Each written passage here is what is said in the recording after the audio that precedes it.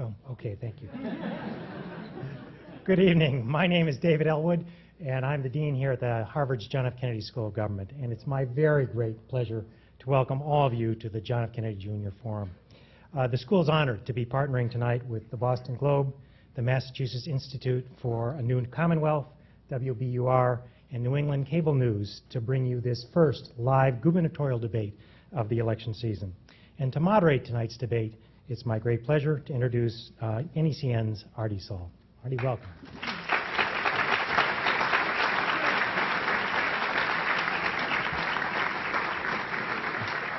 Thank you, David. Good evening, everybody. We have a great crowd here. Great to be back at the Kennedy Forum here at the Kennedy School. We have some 800 people in the audience, live audience tonight, and we welcome our viewers on NECN and our listeners on WBUR.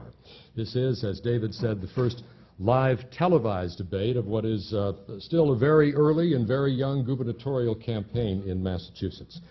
Let's meet our candidates this evening. Democrat Chris Gabrielli of Boston, the 2002 Democratic nominee for Lieutenant Governor and a venture capitalist. Independent Christy Myhos of West Yarmouth was a co-owner of the Christie's convenience store chain from 1998 to 2004. He served as vice chair and then director of the Mass Turnpike Authority. Deval Patrick from Milton served as the Assistant Attorney General for Civil Rights under President Clinton. The Democratic candidate was a vice president and general counsel for Coca-Cola. In addition, has held other jobs in the private sector. Democrat Tom Riley, the Attorney General of Massachusetts, previously served as the Middlesex County District Attorney. He lives in Watertown. We invited the Republican Lieutenant Governor, Carrie Healy, to join us this evening. She declined. There are two rounds in this debate. In the first round, our panel of journalists will pose questions to the candidates. Each reporter will ask an individual candidate a question. There will be a 60-second response, the opportunity for a follow-up question, and a 30-second response to the follow-up. We'll take a little break at that point, and we'll come back with the second section. And in that, I will moderate a discussion with the candidates. We're going to try and get a little more give and take, and a little bit of a conversation going. The focus for our get-together tonight is the economy, jobs, the cost of living in Massachusetts. I'd ask that you hold your applause until the end of the program this evening. We'll give you an opportunity then to show our appreciation for the candidates and their appearances tonight. Let's meet our reporters. First of all, my colleague from NECN, our political reporter, Allison King, Ken Cooper of the Kennedy School of Government, Robert Keogh of Commonwealth Magazine, Bob Oakes of WBUR, and Scott Hellman of the Boston Globe. We get things underway with Allison King and a question for Chris Gabrielli. Allison? Thank you, R.D. Mr. Gabrielli, Massachusetts is currently ranked 45th in the nation for job growth. What do you know about creating jobs on a mass scale? We know you've never held elective office.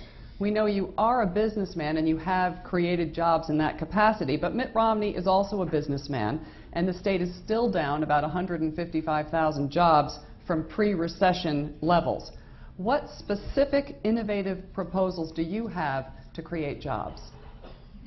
Well, I do feel I have some relevant background in this area, having started my own company from scratch, built it into a sizable company.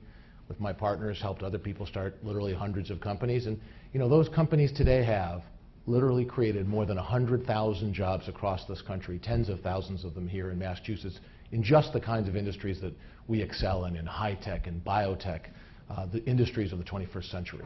So I feel pretty confident on this topic. We have to invest to create jobs in Massachusetts. I proposed, for example, last week that we put over a decade $1 billion, at $100 million a year out of bonding into the technologies, stem cell research, for example, renewable energy, things that will create the jobs and industries of the future. By making those investments, we build on our greatest assets, our ability to innovate, we keep those industries here, and we avoid letting California or other states steal our future. Do you believe a governor actually has significant control over job creation, or is it more tied to the whims of the economy? Well, the private sector certainly creates those jobs. That's, again, my experience isn't exactly in that. But there is an opportunity for state government to play an important role by investing, for example. You know, why do we need to invest in stem cell research, for example? Because the federal government, because of George Bush's ideology, won't support this critical area. And if it doesn't happen here, the $3 billion in California, the $1 billion in New York, we will see that industry sucked out away from here.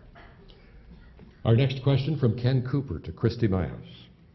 Mr. Myhouse, there is every expectation that a commission created by the legislature will report later this year that the state cannot meet its transportation needs without additional revenue. You have opposed increasing the tolls on the Mass Pike. As governor, where would you find the money to repair the state's roads and bridges and to build out its commuter rail and mass transit systems?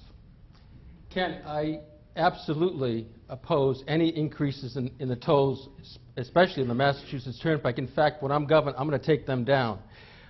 Certainly, the money is in Beacon Hill. This state does not have a revenue problem at all. For the last 2 years, we've had a budget surplus of over $1 billion each year. The rainy day fund has $1.7 billion in it, and all the three major think tanks in the city are now talking over the next 3 years $1 billion budget surplus each and every year.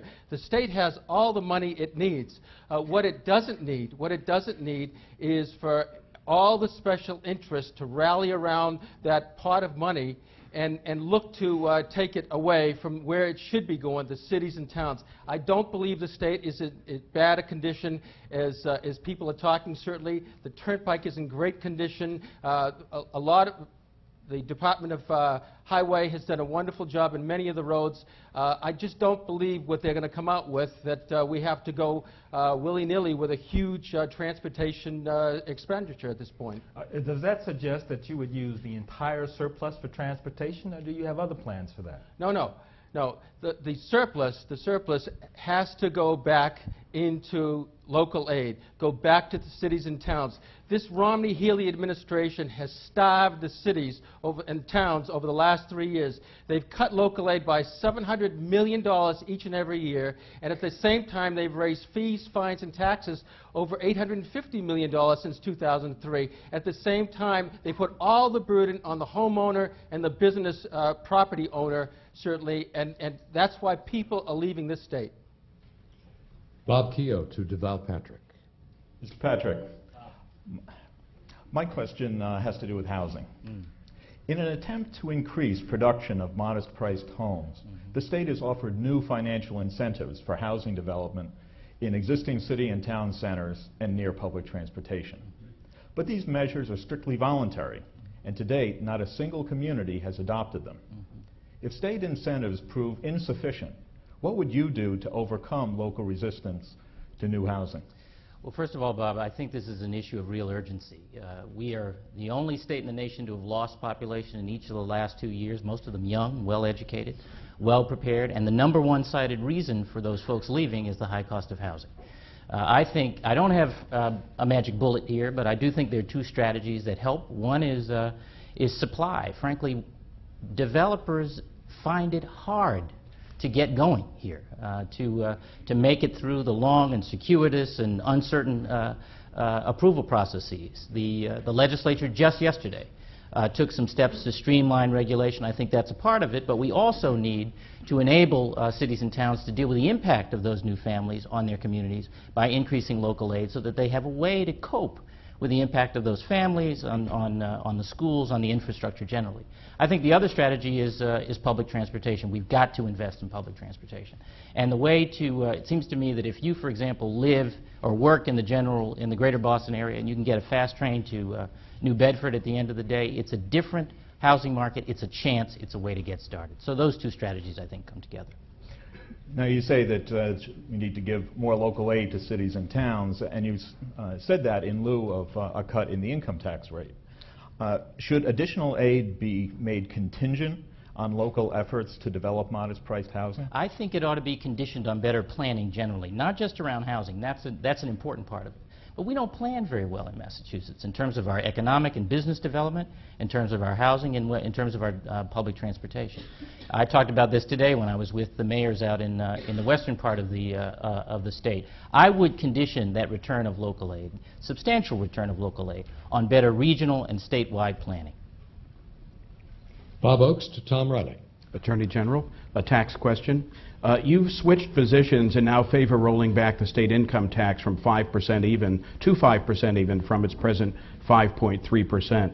The move will save the average family roughly $200 a year, which is your figure, or about $4 a week. But it'll cost the state an estimated $700 million by some estimates, making it a challenge arguably to fund the big health care reform program, increasing local aid to greatly stressed cities and towns, restoring funds cut to public higher education. Can you tell us tonight which of those you're willing to short fund in order to save taxpayers $4 a week? Well, first of all, Bob, I think it's absolutely remarkable that Carrie Healy is not here to defend the dreadful record of this administration over the last 4 years. Absolutely dreadful. Lost jobs, lost population. We're going in the wrong direction. In terms of the your tax question, I believe that taxes are too high in Massachusetts. And I'm not just talking about property taxes. I am also talking about the income tax and all the other tax burdens on people. People are hurting here in Massachusetts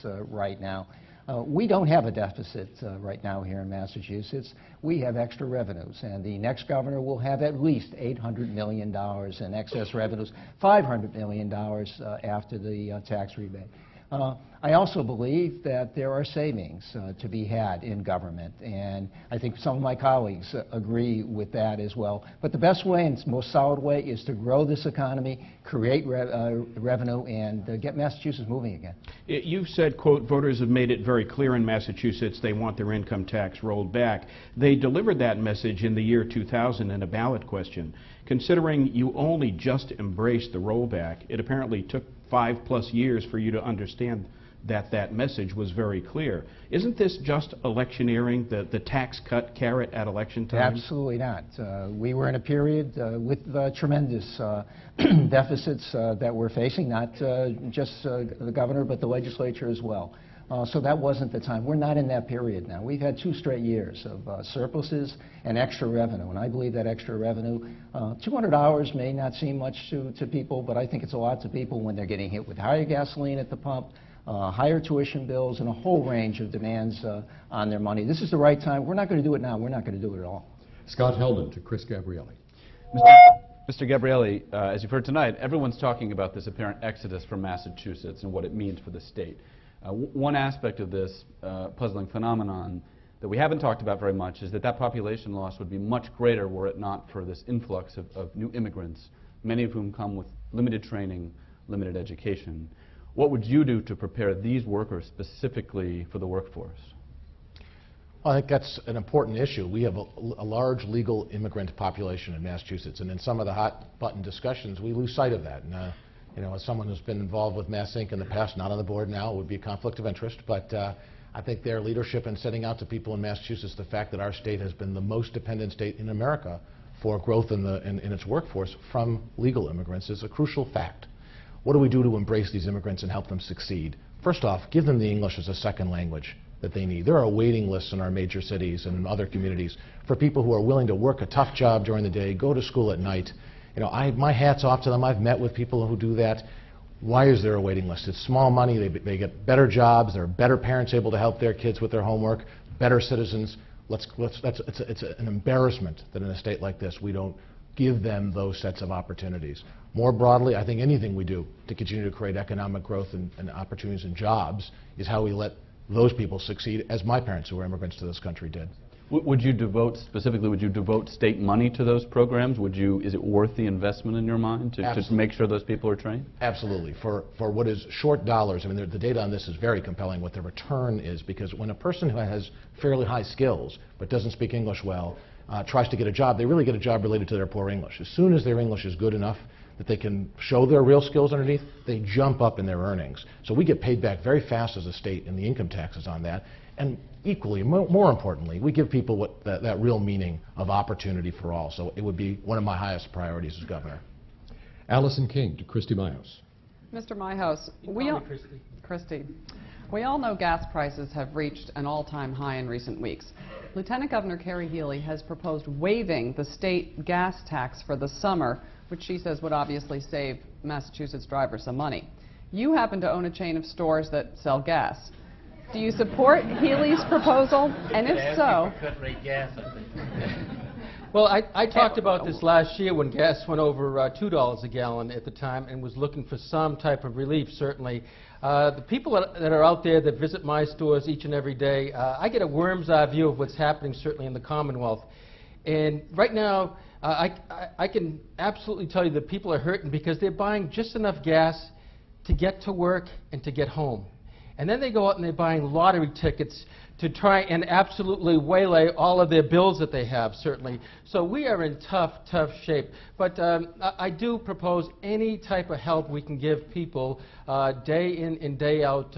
Gasoline at $3 a gallon is anathema to where I come from. Never should happen. And any type of relief for the beleaguered Massachusetts motorists is something that I certainly would favor for in the short term. so what do you think of the idea that really we're sort of in effect encouraging people to drive their cars by taking that tax away at a time, you could argue prices need to go sky high in order for something really to happen. Yeah, well, the fact of the matter is people have got to get to work and they've got to get home each and every day. And if you were to ask me what I would do, back in the late 70s, Jimmy Carter had proposed an energy czar, James Schlesinger. Nothing much has happened to the United States energy policy since then, other than the fact we've gone from about 19 oil companies to 5 oil companies. It's time to get some competition in and break up the oil companies again. I mean, that's really, we've done it before. It's time to do it again.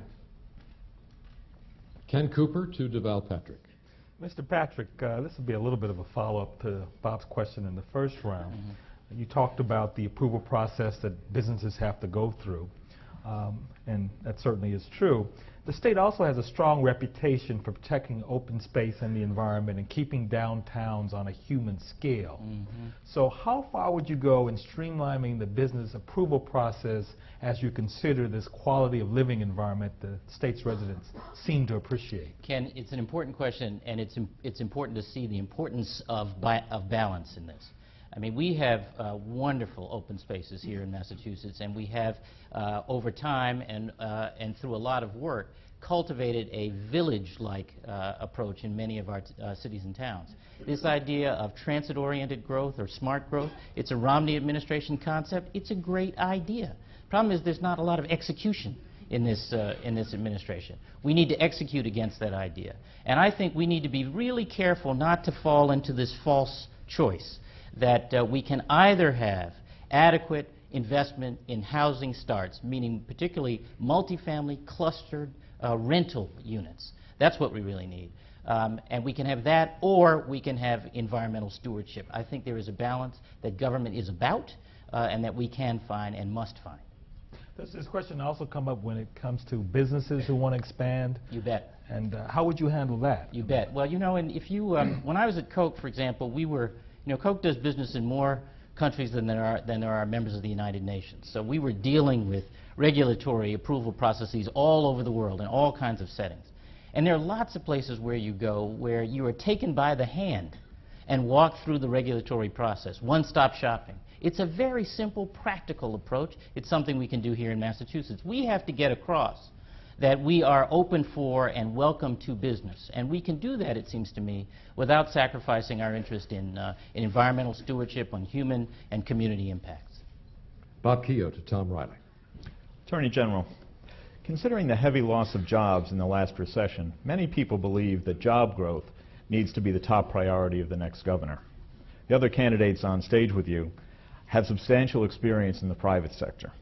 What do you, a career public servant, have to offer when it comes to the challenge of job growth? Well, first of all, I've saved a lot of jobs in Massachusetts, stepping into when 6 years ago Harvard Pilgrim was going under. Thousands of jobs in jeopardy. I stepped in, put that company into receivership. They owed $350 million worth of debt. 1 million members were in danger of losing their health insurance. Not one person was denied care. Everyone that was owed that money got paid. So I've made a difference, and the ripple effect of that throughout the economy would have been felt. We'd still be feeling it. In terms of job growth, we have to do something about the cost of business here. I spent a lot of time in healthcare. We have to make healthcare more affordable. And we have to cut down the endless red tape.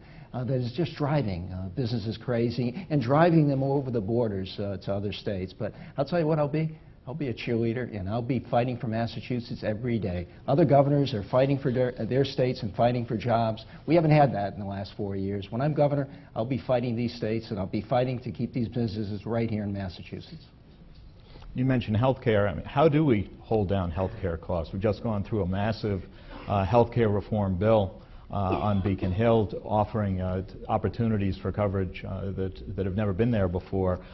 What did that measure do, or what do you propose that would actually restrain the cost of that health care? I've taken on the tough fights throughout my career, and particularly as Attorney General. We have to deal with the problem of making it more affordable, and that means dealing with costs.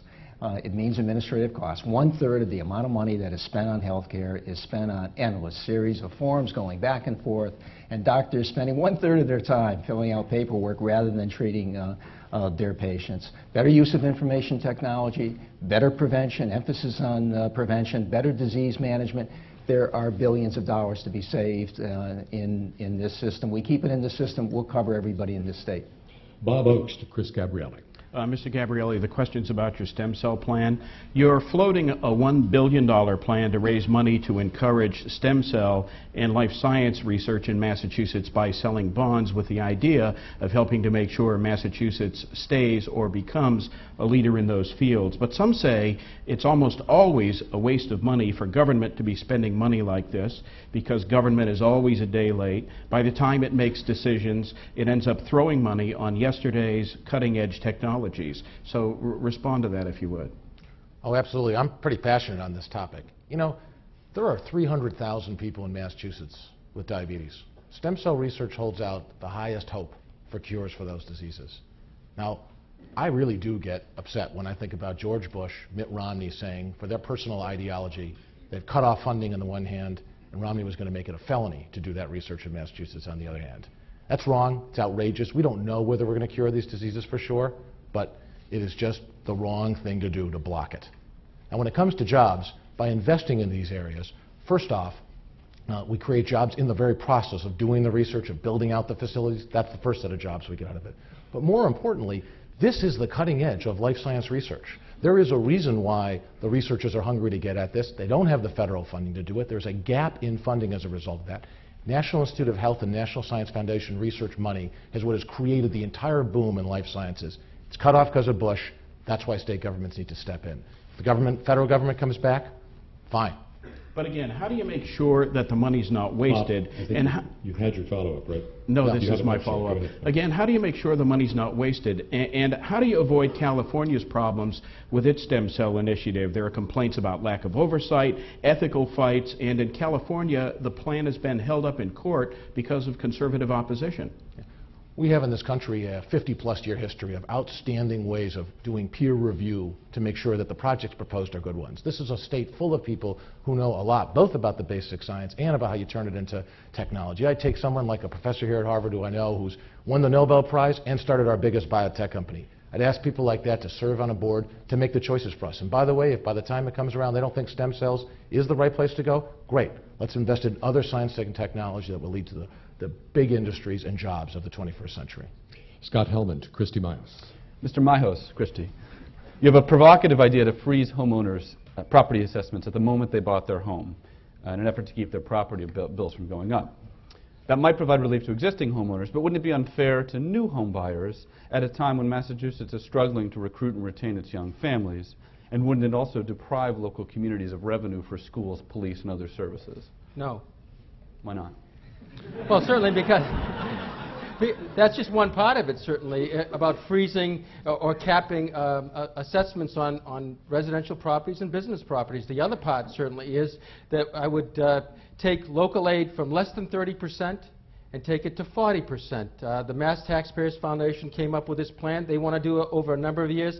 I say the cities and towns can't wait. They need to get their local aid back so that they can provide the services, stop firing teachers, stop closing schools, start providing services. And the third part of that is that no public school child should have to be paid for busing or for any extracurricular activities while they go into school. They should be kids first. and participated in everything I did while I was at Brockton Public Schools.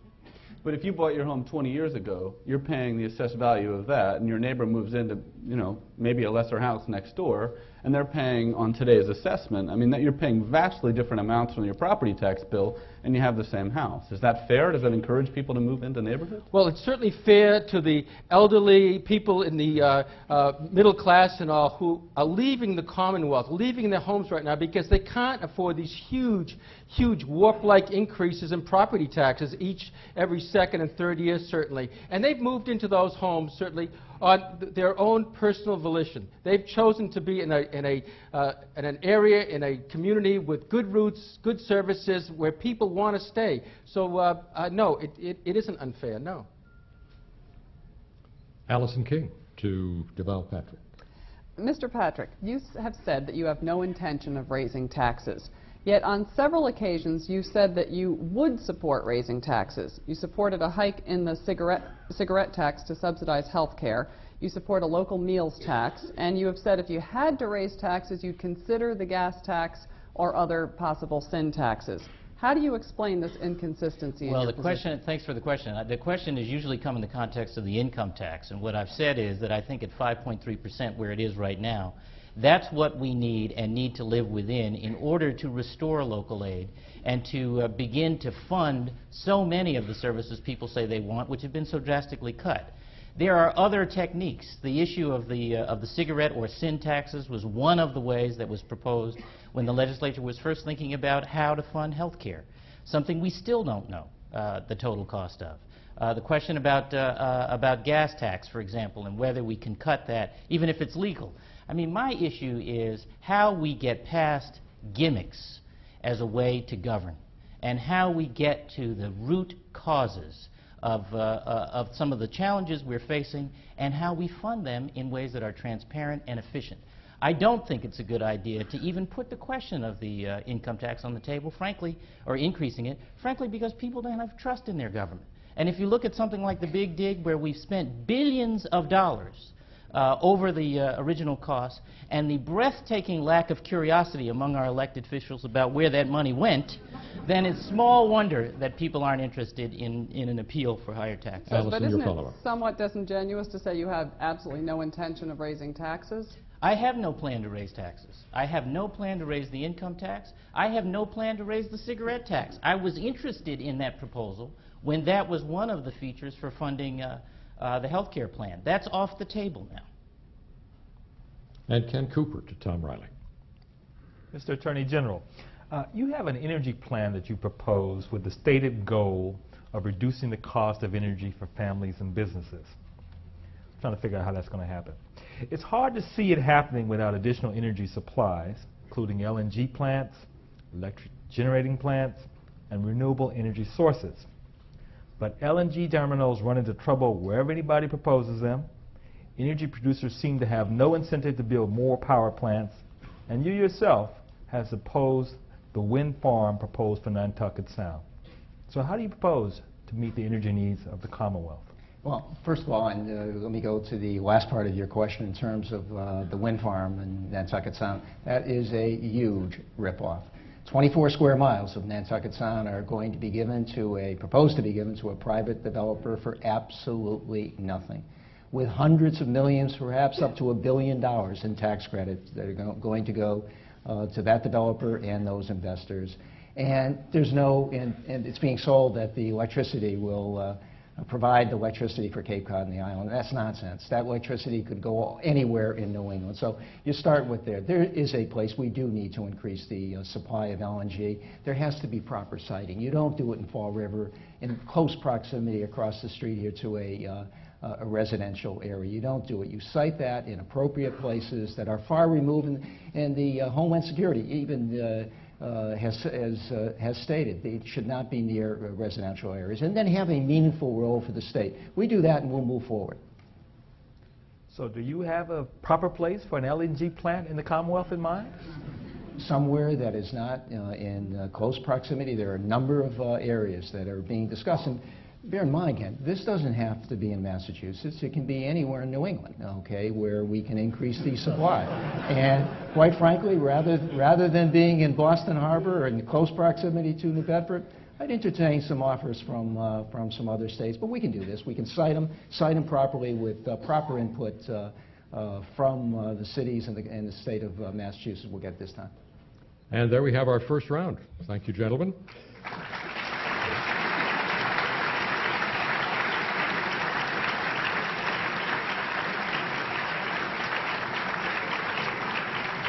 Thanks to Allison King, Ken Cooper, Bob Keogh, Bob Oakes, and Scott Hellman. We're going to take a quick break here. We'll be back with the second segment of our Candidates Forum, live tonight on NECN and WBUR from the Kennedy School of Government. We'll be right back.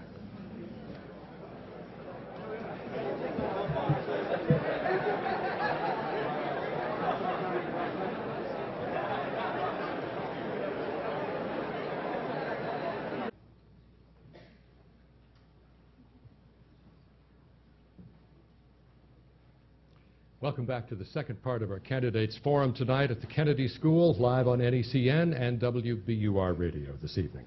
Gentlemen, we'd like to open it up a little bit to a conversation now, and let's see how much we can mix it up here. We're still cleaning up from a 100-year flood in Massachusetts this week. Homes and businesses heavily damaged. Certainly there will be federal money that will be coming in, but nobody believes at this point that those federal dollars will fix what has happened this week. What is the proper role of the state? Where does the money come from? And what would you do as governor? Tom Riley, you've been in state government a long time. We'll start with you. Well, first of all, this is where experience kicks in, okay? And I've had experience in not dealing with floods, but emergency situations throughout Massachusetts. First thing the governor does is what this governor did. He went to the area. The second thing, do an assessment. The third thing he does is access federal funds. Now, if there's any drop-off, these are our fellow citizens, and there's been devastation in Merrimack Valley and parts of the North Shore. The state has to step in and help those businesses and help those homeowners get back on their feet. Grants, loans, supplemental budget, where does it come Whatever it's going to take. Whatever it's going to take to get them back on their feet. We're all in this together, and when that happens to our fellow citizens, we have to step in. Obviously, we want as much help as we can get from the federal government. Then we have to make up that gap and get people on their back on their feet and do it quickly. After all those rainy days, would you tap the rainy day fund?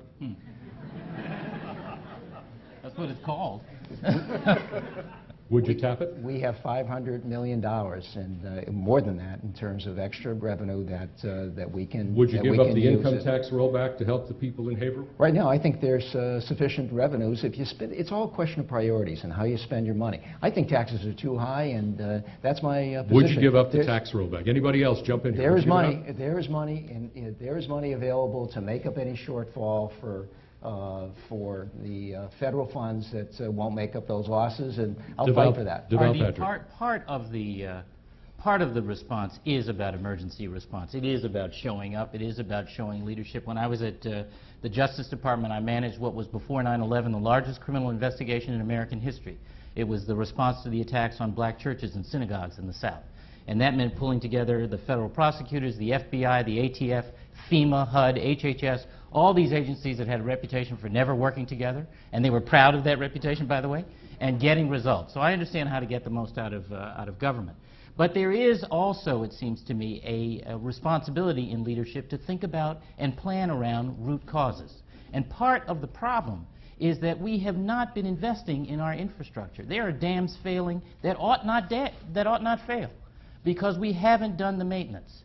And part of the reason we don't do the maintenance is because we've been starving cities and towns and our infrastructure generally. That is why it is imprudent for us today to roll back the income tax, because we can't afford to invest in cities and towns and roll back the income tax at the same time. Same question. Would you tap the rainy day fund? If necessary, yes. I would tap any source necessary in order to not just respond to the emergency, but to prepare ourselves against future emergencies. Chris Gabrielli.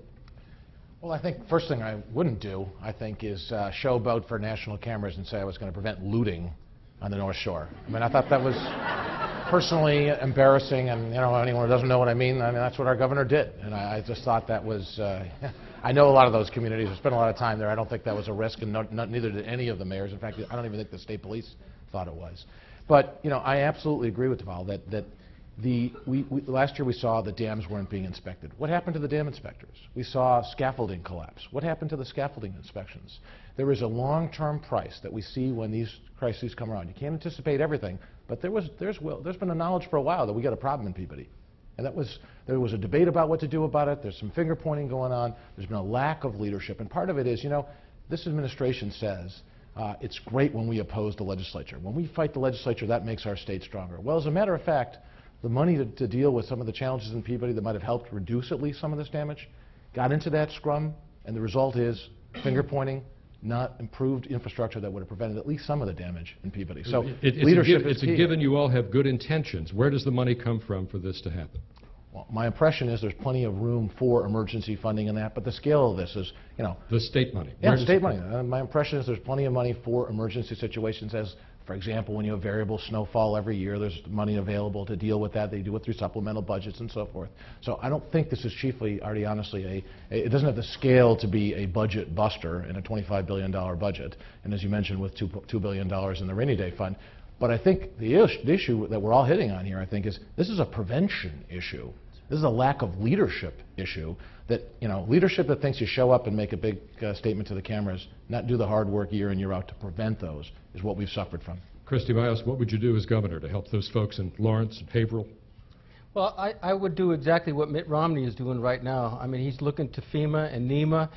This state stepped up big time with when Katrina went down, and those people down south needed some real help. Massachusetts was there. I do believe that I take the governor at his word. He's going to work closely with the Bush administration and with federal authorities to get us federal funds. If I were in his place, I would do the same thing. Deval? I would just add that, you know, I do think it's a good thing that the governor was able to find the compassion and the resources to shelter, feed, and clothe evacuees from New Orleans. That's a good thing. But it is shocking that he has been unwilling and unable to find the compassion and the resources to shelter, feed, and clothe people who are flat on their backs right here in Massachusetts, day after day, year after year. And that is something that I intend to turn around when I'm governor. All right, let's move on. I want to come back to the subject of job creation. The numbers show that job creation in Massachusetts is very Boston-centric. The new unemployment statewide numbers are out today, 4.9%, pretty much flat where it's been. The city numbers don't come out until next week, but in March, Boston, Cambridge, 4.6 unemployment, Springfield, 6%, Pittsfield, 5.2%, Lawrence, Methuen, 8.2%, New Bedford, 8.1%. You can find the communities where you want them in the stats. What will you do day one to show that you're governor of the entire state when it comes to job creation and not just governor of the 617 area code? Deval I'll tell you Patrick. what I'll do the very first Chris, day. Tom I'll go Ryan. back to my hometown. Back to my hometown of Springfield, which is in terrible shape right now. We're going to bring that community together, bring the business in both public and private sector, and come up with a business plan that's going to make sure that Springfield makes it. Bankruptcy is not an option in this case. We've never had a city go into bankruptcy. It's not going to happen on my watch. I'll be down and I will look at every section of the state by regions. In the South Coast region, tremendous potential in these areas, RD, tremendous potential. People, a very good workforce, skilled people, people willing to work, a entrepreneurial spirit that's all over the state. You tap into that, South Coast, Central Massachusetts, western part of the state, northern Worcester County. You can do all those things and get the state moving again. We know people want to go to work, but we also know that the life sciences industry that we are told represent the future of the Massachusetts economy aren't building research labs in Springfield. They're not building them in New Bedford. How do you get them there? Chris Gabrielli. You're absolutely right that there's different strategies for different regions of the state. And the current governor said he was going to put together regional planning boards. I believe that they've met. I don't believe those plans have been acted on. And you're right, it's different. In my proposal on stem cell research, I proposed, for example, one specific piece, which was to invest in a division of regenerative medicine at UMass Medical, which is in Worcester. And one of the reasons I proposed that is there's a whole regional economic aspect to connecting Worcester, which has very significant biomedical assets, particularly in UMass Medical, but also in WPI. Connecting that up to Boston so that we stretch the benefits of, the strongest part of our economy, which clearly is the greater Boston innovative economy, stretch it out. Similarly, I think if we connect better up by train, for example, New Bedford and Fall River and Taunton, they're well within the distance of greater Boston to benefit from sharing in that economy. Some of it by having people who commute and live there, some of it by having facilities spread there. Lawrence is a close drive-by. It is well situated on highways. We've got to accelerate the success of the mills in Lawrence, the redevelopment of mills. There's a software company there that I took a look at. That's a booming little company. It's Blackstone, Blacksmith Applications. That company could be, a cornerstone of a revival. Well, let me give you another Lawrence. example. We had the CEO of a life sciences company on our New England Business Day program recently. His company develops vaccines. He has maybe a dozen employees. It's not a labor-intensive business. And the medical centers and the learning centers around which these life sciences companies are centering aren't in Pittsfield. How do we broaden this economy to create jobs? Deval Patrick. R.D., the point is well taken. It's the life sciences are the only sector where manufacturing jobs are growing, not very fast. But they are important, but they are not enough, is the point. We need different strategies for different regions. I think that that as a candidate, Mitt Romney was on to something when he talked about the governor's role as chief salesman or booster for the state. I don't think you can do that effectively if what you're selling is the butt of your joke. But if you believe in Massachusetts, as I do, I think you can do that, and I think you sell different economic conditions as apply in different parts of the state. So, for example, in Springfield, which is crying out for manufacturing good, livable wage jobs. There is a biomass opportunity that we can build there because of its proximity to so much of state forest land. And I'm not talking about clear-cutting state forests, but I am talking about clearing up the undergrowth and using that to distill biomass. I think the next thing for us in Massachusetts is going to be cultivating an industry around alternative and renewable energy. The technologies, the products, the services. If we get that right, the whole world is our customer. It's good for us from an energy point of view, an environmental point of view, and it's a big economic opening, and it's one of the reasons why I do support the wind farm in Nantucket Sound. Christy Miles. I think nothing changes in the Commonwealth until the burden on homeowners, business property owners, is relieved at this point. This state is just unaffordable for so many people. And a corporate CEO is not going to come in here, invest in the Commonwealth when he can't hire people that have been educated here, trained here, and then can't afford to live here. They're going elsewhere. We've lost 190,000 educated workforce of 190,000 people over the last 5 years. And companies are not going to come here just because we want them to come. We've got to lighten the load on people. I did a focus group up on the New Hampshire border, and people were telling us they can register and put on the road 3 cars or 2 cars in Maine for the price of 1 in Massachusetts. And that's just one of the multitude of fees, fines, and taxes that the people in the Commonwealth have to look to each and every day. The state is unaffordable. Beacon Hill is burying the middle class, and no one's going to come and open up anything in Massachusetts until we attack that issue and make it affordable. So if part of the answer is to pay people more money, the minimum wage in Massachusetts is now $6.75, highest in the country. The Massachusetts Budget and Policy Center says raising it to $8.25 an hour would help 500,000 people. Should we do it, Christy Miles? I start my people on the Cape at $8 an hour, part-timers and all. I would rather not have anybody tell me how much I'm going to pay people. Be a sport, Christy. Give them the quarter. No. Look at. I'll give them the quarter. Absolutely. Actually, but that's what we start on, RD. But really, I'm not going to hold down anybody's wage when they're managing a $2 million convenience store, basically, and hopefully doing it right. Holding down wages is not where we should be. We should be the next increase should be an affordable health care plan that we can offer our people. Absolutely. So let's say you raise the minimum wage to $8.25 an hour. Businesses now pass that on to their customers. Prices go up.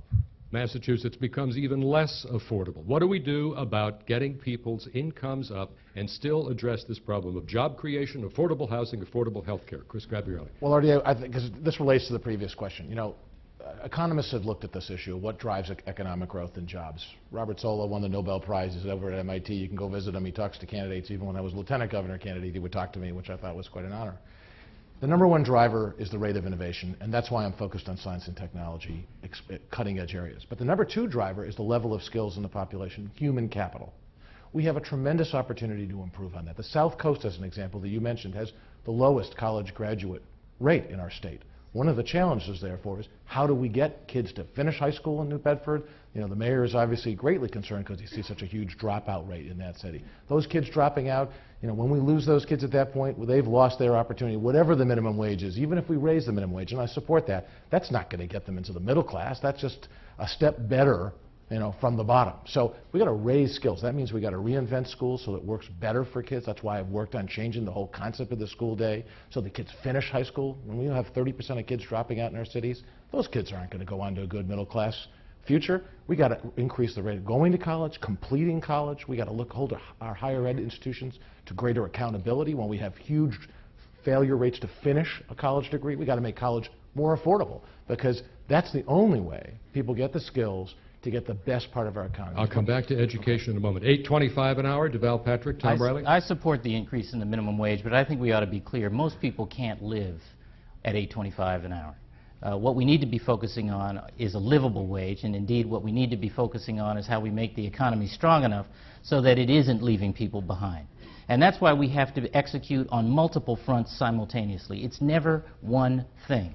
We've got to get at the high cost of housing, and the strategies around more supply and greater access to convenient and affordable and attractive public transportation is important in that respect. We do have to be about an innovation economy, and I happen to think, as I've said before, that an investment in cultivating an economy around renewable and alternative energy is a big play for us across the state. We also have to be about a much more serious and effective and consistently excellent public education system, starting before kindergarten with early education opportunities and going right up through public higher ed, where today we spend behind Mississippi and Alabama in supporting public higher education. So the bond bill on stem cell research that I proposed way back in the fall was to take those proceeds and invest them in research facilities in public higher ed so that we would stimulate the development of their facilities and their faculty. All right, we'll come back to education in a moment. Tom Riley? I do support raising the minimum wage. You like $8.25? And also supporting it, aligning it with inflation. But first of all, the key to our future here in this state is an innovation economy. That is going to drive this economic engine. And the key to it is going to be a workforce that is highly skilled and trained. That's why the very first plan that I came out with was a significant upgrade in the math and science skills of our kids. That is going to be the key to their future. It is going to be the key to our future here in Massachusetts. And we have to do it not just through K through 12 and pre-K through 12. We have to do it in our public universities as well. You can have, we haven't had a governor that has had public higher education as a priority. It is a priority of mine. But let's cut through an awful lot of what's going on in this state right now, because we are not going to be able to create jobs and grow this economy until we start getting rid of the endless red tape that is stopping development and stopping growth in this state. There are countless cases. As I go around the state, visits people tell me, why build here? I have to go through a whole layer of local approval and permitting. I get through that, then I go to Boston, and it's held up for another 6 months. It can take up to 5 years to get a project approved in this state. That's the lifespan of a product in an innovation economy. We can't have that. We have to cut through this, a more supportive state and local government to the business community in this state. That's how we're going to move this state forward. I want to close this one out and move on to education, because you've all mentioned it. The MCAS, the New Bedford School Committee, voted to issue general diplomas to students who had completed local requirements but not passed the MCAS. Right thing to do, Chris Gabrielli? No, I don't agree with it. Mayor Lang is a good guy. I understand his compassion for kids who have finished their 4 years in high school, passed through that system, and still haven't quite passed that MCAS. Of course, the right thing to do is get those kids the skills. Giving them a diploma that does not mean that they actually have the skills to succeed. You know, our remedial rate, for example, in our state public higher ed institutions remains almost where it was beforehand. That means to say we're not graduating yet enough kids with the high skills, not just passing the MCAS. Dump the MCAS? Would you get rid of it? No, no, no. I'm saying I support the MCAS. I think it is crucial that we ask not MCAS, no MCAS. Why aren't we getting kids in our poorer communities up to proficiency? How do we continue to fail the most important challenge? It's a civil rights challenge, it's an economic challenge, it's a challenge to our fundamental values. And that's why I've spent so much time on this question of why do we live with a school system that's 100 years old? Why do we stick to a calendar that was okay when we had 1% of kids in 1900 going to college and 10% graduating high school? It won't work. We're finally facing up to the fact that we don't really know how to take large numbers of kids from disadvantaged backgrounds and get them consistently up to that high proficiency. I want to give everybody It'll a take shot at the innovation. education and the MCAS question. We're getting close to closings. DeVal Patrick. Well, the MCAS, I think, is not the issue. It's that we take the MCAS and we slap it on top of a school system that's already under strain. I visited a school in Roxbury called the Mason School. It's a pilot school now, but it's been on this upward trajectory for some while now. And I felt like I was walking through my education vision. They had 3- and 4-year-olds and early education opportunities in that school. They had all-day kindergarten. The typical class size, public school, is 11 children. Their school day starts at 7:30 or 8 in the morning, goes till 2:30, and then they have mandatory after school. They plan not just in a class or a grade, but from age 3 up to grade 5. They have a couple Quickly, of cut to a point here so we My can get point the is others this. in. Their MCAS scores are off the charts, but the MCAS has receded in importance because they have more time as professionals in that class to pay attention to the whole child. And that's the direction it seems to me we ought to be MCAS moving the in. problem here, Tom Riley? No, these kids are as good as any other kid in this state. They just need some extra help to get up, and they'll pass that bar. We've done it before in 2003 when they said they wouldn't met the bar. Give them a little help. A lot of kids struggle, and particularly in our inner cities and poor kids. One test for everybody. We can't sweep it under the rug anymore. Get these kids up to par and give them a diploma that means something, an education that means something. That's the key to their opportunity, and frankly, it's the key to our future in this state. Christy Miles, wrap up education for us. Well, I got to tell you, nothing is sacrosanct, and we put billions of dollars into education reform since 1995, certainly. But at this point, it's coming along, certainly, but as long as we don't fund the cities and towns properly and we keep stealing their local aid away from them such that programs aren't getting funded, teachers aren't getting paid well, and schools are closing, nothing's going to change. All right, we go to our closing statements this evening. The order determined by draw before the forum tonight. We'll start with Tom Riley. Thank you, RD, and thank you all for being here and all of you for watching and listening tonight. As I go around this state and listen to the people of Massachusetts, they tell me that we're going in the wrong direction and it's time for a change. And they know that for the past 16 years we have had 4 successive Republican governors who haven't stayed around long enough to get the job done. I will. Every job that you've given me, I have finished. Tonight we've had the opportunity, and I've had the opportunity to share some ideas with you, and we have more. Visit our website, tomriley.org. But you know what? Ideas are just ideas until they become reality. And that's where experience kicks in. The experience to implement ideas with action. That's how change happens. And that's what I've been doing all of my career.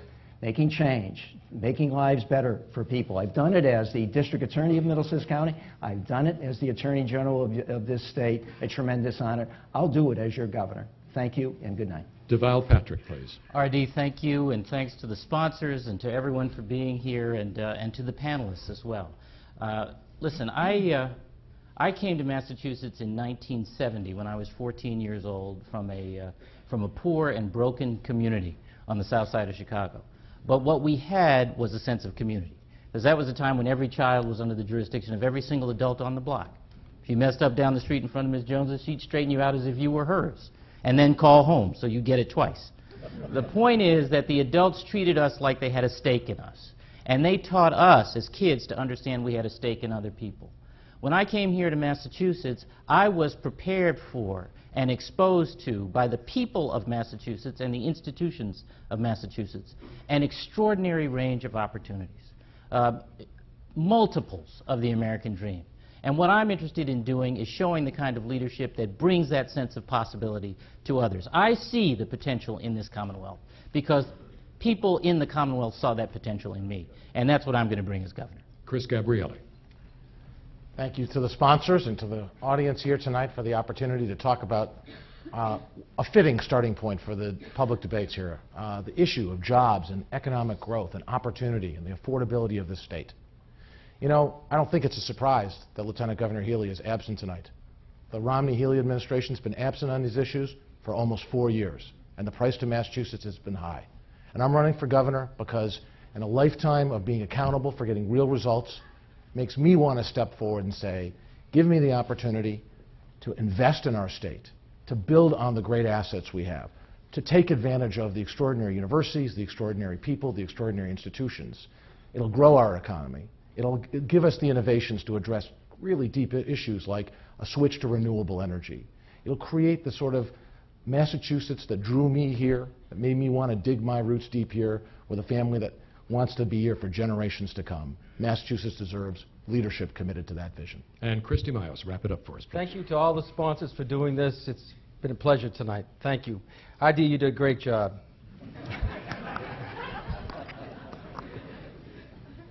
We all love Massachusetts, and it's time for real change for our state. The fact is, taxes are just too high, and that's why people and businesses and jobs are leaving. The property tax burden is just killing the middle class. It's making the state unaffordable. My Proposition 1 will rectify this inequity. The fact is, the turnpike tolls must come down and return $140 million to those communities in Central Mass, Western Mass, and Metro West. There's no question Beacon Hill is not funding education properly. 40% of state annual revenues is the right number, and it will solve that issue. There are many interest groups here in the Commonwealth, some very worthwhile. Time coming, Christy. Go ahead. Wrap one sentence, go. One sentence, huh? Sorry. The unforgiving clock. Thanks again. Thank you all. Our thanks this evening to the Kennedy School, to WBUR, Mass Inc., and the Boston Globe. Good night, everybody.